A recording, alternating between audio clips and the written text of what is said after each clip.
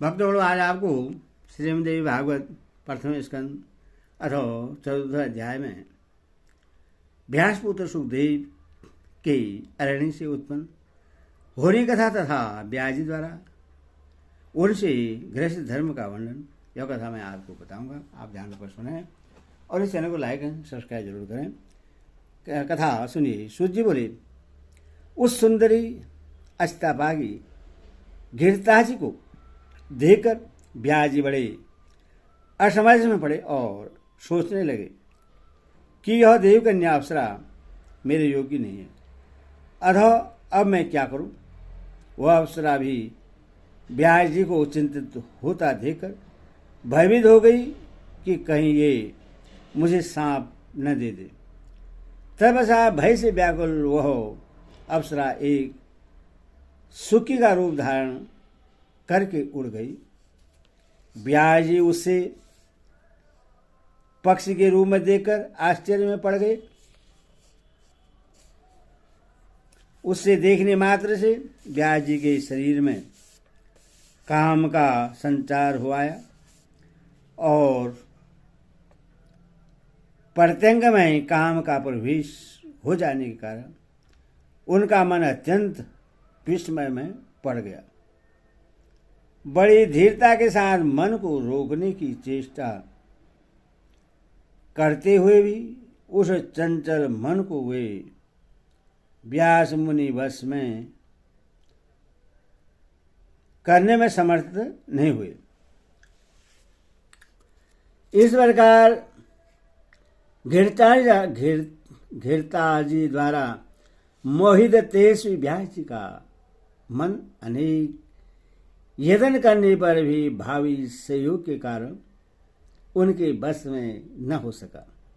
इसी बीच अग्नि निकालने के लिए मंथन करते समय एकाएक उनका तेज उस अरणी पर गिर गया, किंतु उसके गिरने पर ध्यान न देकर वे अरणी मंथन करते रहे।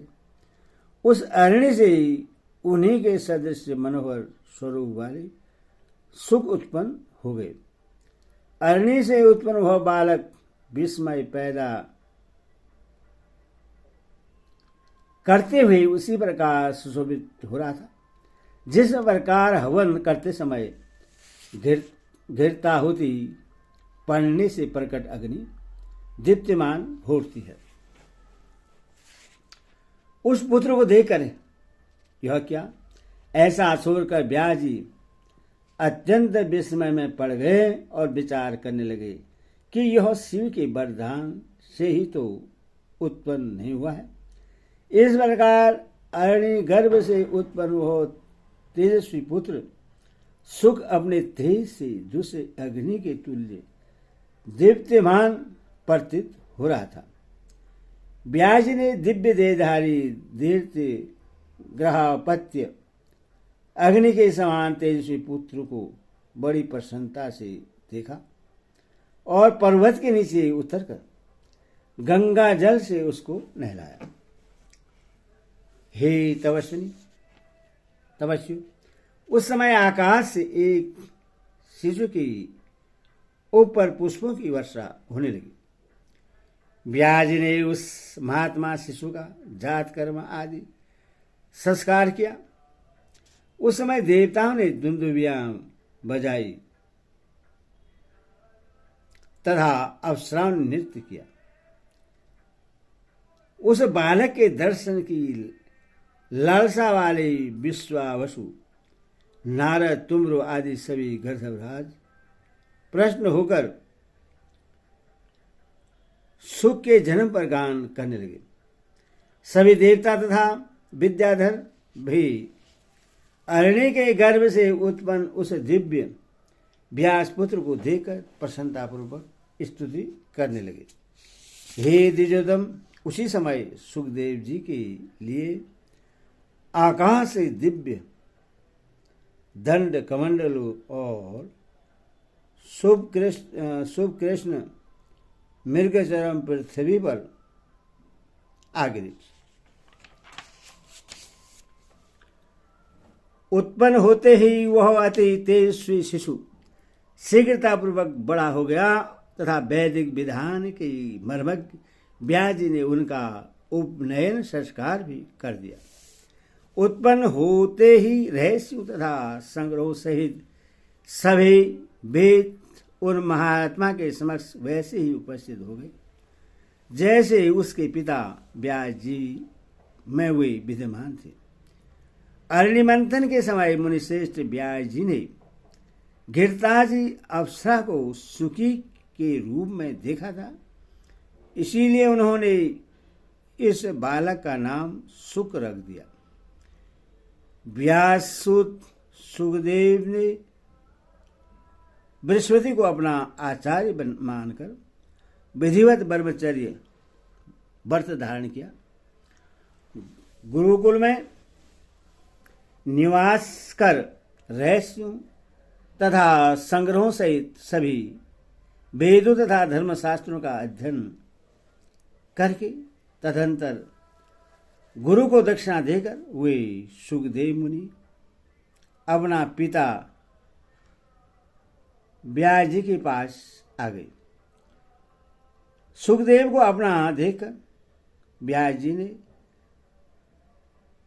शीघ्रता के साथ प्रसन्नतापूर्वक उठकर बार बार उनका आलिंगन किया और उनका सिर सूंघा। परम पवित्र व्यास जी ने सुखदेव जी के कुशल सेव तथा अध्ययन के विषय में पूछा तथा उन्हें आश्वस्त करके अपने पावन आश्रम में रख लिया। तत्पश्चात व्यास जी सुखदेव जी के विवाह के विषय में सोचने लगे। एक दिन परम तेजस्वी व्यास जी ने सुखदेव जी से किसी सुंदर मुनि कन्या की चर्चा की। उन्होंने अपने पुत्र सुखदेव से कहा, हे पवित्रतमन, तुमने वेद तथा सभी धर्मशास्त्रों का अध्ययन कर लिया है, अतः हे महामते, अब तुम विवाह कर लो और गृहस्थ आश्रम में रहकर देवताओं तथा पितरों का यजन करो। और हे पुत्र, तुम सुंदर स्त्री को स्वीकार कर मुझे भी ऋण से मुक्त कर दो। और पुत्री गति नहीं होती और उसे स्वर्ग कदापि नहीं मिलता। इसीलिए हे महाप्रभु महाभाग पुत्र, अब तुम गृहस्थ आश्रम में प्रवेश करो। और हे सुख, हे पुत्र, गृहस्थी बसाकर मुझे भी आनंदित करो। ऐसा करके हे महामते, हे पुत्र, तुम मेरी महान आशा परिपूर्ण करो। हे सुख, कठिन तपस्या करके मैंने तुम्हारे जैसा अयोनिज पुत्र पाया है। हे महाप्राज, तुम देवता रूप हो अथवा मुझ पिता की रक्षा करो। सूर्य बोले, हे ऋषियों, ऐसा कहने वाला व्यास जी के पास उपस्थित विरक्त सुखदेव जी से, जिन्हें गृहस्थ आश्रम में अनुरक्त अपने पिता से कहा। सुखदेव जी बोले, हे महामते, हे धर्मज्ञ, हे वेद व्यास, आप क्या कह रहे हैं? मुझ शिष्य को आप तत्व ज्ञान का उपदेश दें। मैं आपकी आज्ञा का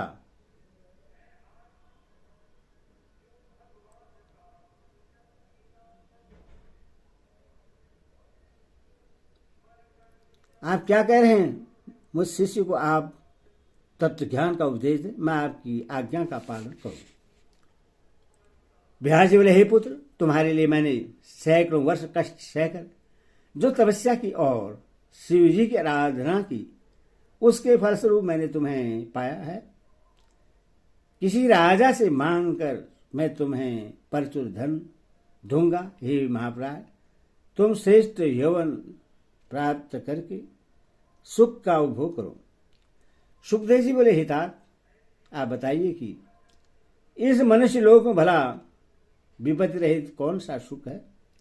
बुद्धिमान लोग दुख से युक्त सुख को सुख नहीं कहते हैं। हे महाभाग, स्त्री पाकर मैं उसी के बस में हो जाऊंगा, तब भला आप ही बताइए, परतंत्र होकर और विशेष तो स्त्री के बस में रहकर मैं कौन सा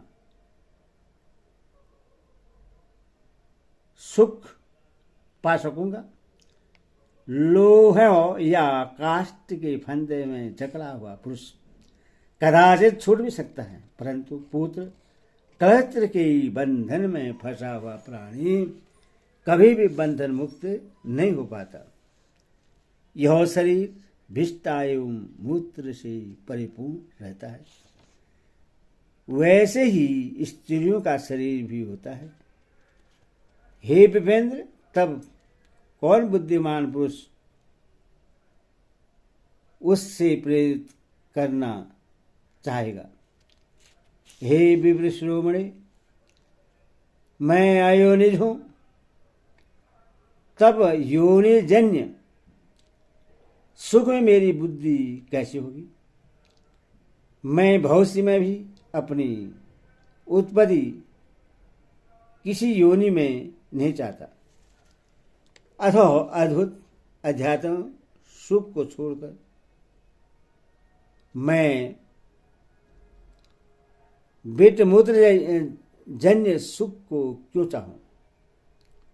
अपने आप में रमण करने वाले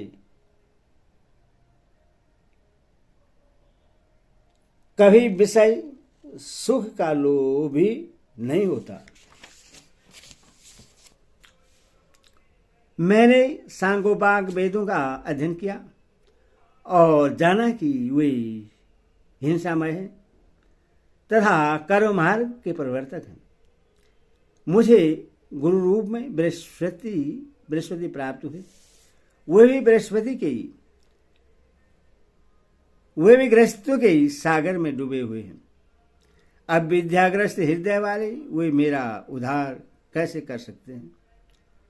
जैसे कोई रोगग्रस्त वैद्य दूसरे के रोग की चिकित्सा करता हो, उसी प्रकार मुझ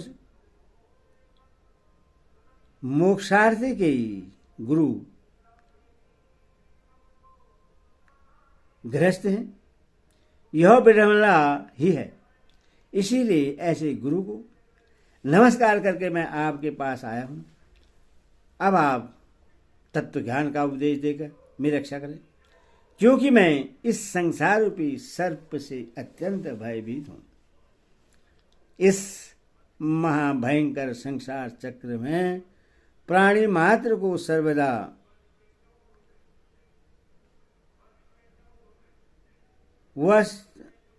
सर्वदा नक्षत्रों की भांति चक्कर काटना पड़ता है और सूर्य की भांति दिन रात उन्हें भी कभी विश्राम करने का अवसर नहीं मिलता।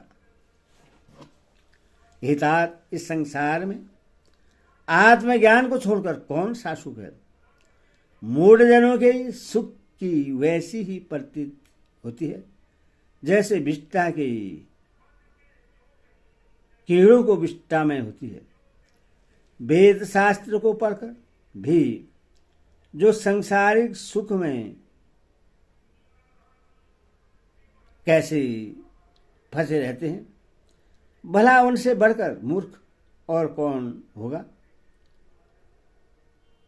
उन्हें तो कुत्ते, घोड़े एवं सुअर आदि पशुओं के समान धर्म वाला समझना चाहिए। दुर्लभ मानव तन को पाकर तथा वेद शास्त्रों का अध्ययन करके भी यदि मनुष्य संसार में बदता है तो दूसरा भला कौन बंधन मुक्त हो सकता है?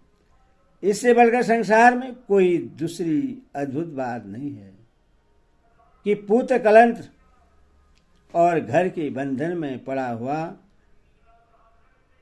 भी पंडित कहलाता है। जो मनुष्य संसार में माया के सत्व रज तम रूपी तीनों गुणों से बाधा नहीं जाता, वही विद्वान बुद्धिमान एवं शास्त्र में पारंगत है। दृढ़ बंधन में डालने वाला व्यर्थ विद्या अध्ययन से क्या लाभ? उसी का अध्ययन करके करना चाहिए जो शीघ्र ही भवबंधन से मुक्त कर दे। पुरुष को बंधन में जकड़ लेने के कारण ही उससे ग्रह कहा गया है। अथवा ऐसे ही बंधन रूप घर में सुख कहाँ? हे पिताजी, इसीलिए मैं भयभीत हूं।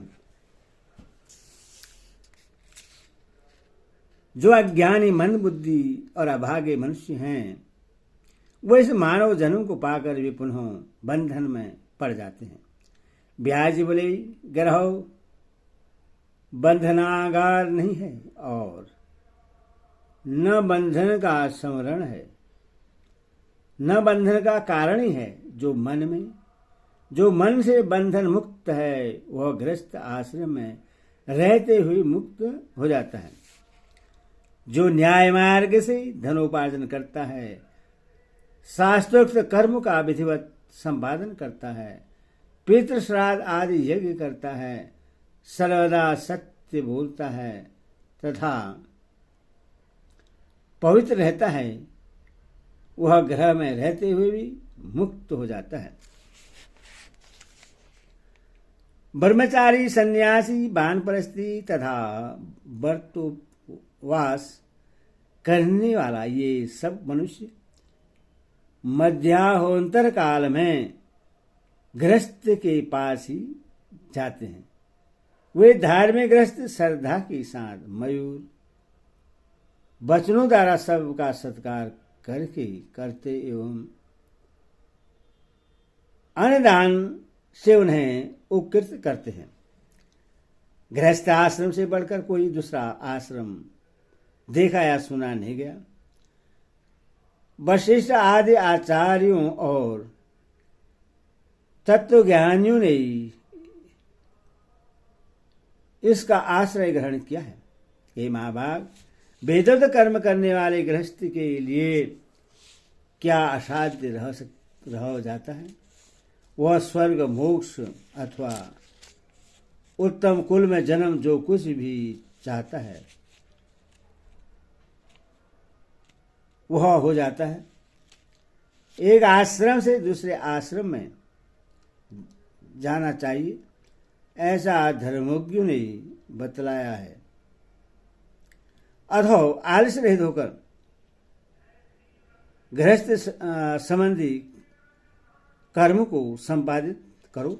हे धर्मज्ञ, पुनः देवताओं, पितरों एवं आश्रित जनों को विधिवत संतुष्ट करके पुत्र उत्पन्न करके और उससे भी ग्रस्त आश्रम में लगाकर पुनः ग्रह त्याग कर वन में जाकर श्रेष्ठ भक्त का आश्रय ग्रहण करो। वहां वानप्रस्थ आश्रम पूर्ण करके उसके बाद संन्यास धारण करो।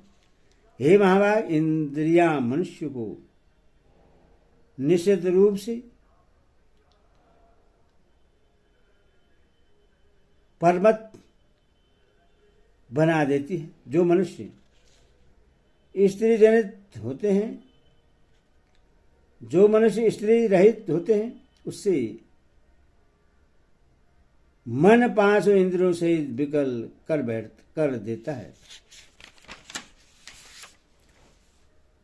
हे महामते, इसलिए उन बलवान इंद्रियों पर विजय पाने के लिए स्त्री परिहरण करके गृहस्थ बनना चाहिए।